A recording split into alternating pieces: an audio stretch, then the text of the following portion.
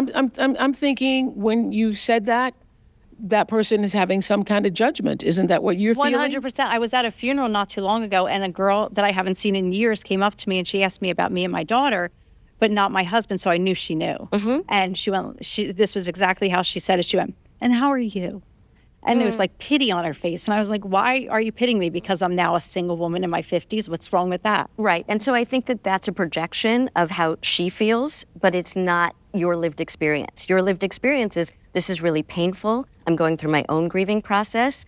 But you are still saying, I was an amazing wife. I did all these things right. So this is all about her. When people come up to you and they have that judgment or pity, that's their own projection of their own fears. Is divorce contagious? Is that going to happen to me? Right?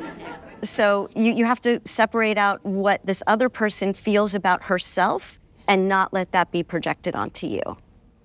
Whereas you understand, right? Absolutely. Yeah.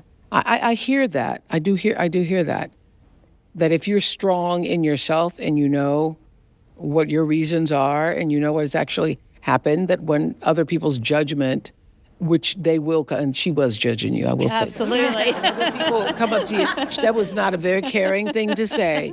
Because that's happened to me too. I remember when I let go of the Oprah show by my own choice, and afterwards I was talking to somebody who was like, "How are you?" Like, are you really okay? And you can feel the judgment, Lori. You can feel it when it's there. But I think what you just advised her, you know what the real truth is, and so you understand that's her projection. And the first thing a lot of people say to me is like, "Are you going to start dating again?" And I'm like, I don't need to have a man in my life. Like, I'm okay being single, at least for now. Like, that's not my first thing.